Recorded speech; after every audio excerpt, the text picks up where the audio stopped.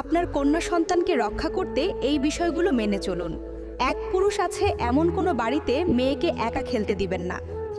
এক প্রাপ্তবয়স্ক কোনো ব্যক্তি যখন আপনার মেয়েকে মজা করে বলে তুমি আমার বউ হবে, এটা কখনো প্রশ্রয় দিবেন না। আপনার কন্যাকে কখনোই কোনো ব্যক্তির কোলে বসতে দিবেন না, সে যেই হোক না কেন, এবং কখনো কারো বাড়িতে একা যেতে দেবেন না। যখন আপনার সন্তান তার বন্ধুদের সাথে বাইরে খেলতে যায়, আপনি লক্ষ্য রাখবেন তারা কি ধরনের খেলা খেলছে। মাঝে মাঝে আপনার মেয়ের ব্রাউজিং হিস্টোরি চেক করুন এবং দেখার চেষ্টা করুন সে ইন্টারনেটে কি সার্চ করছেন।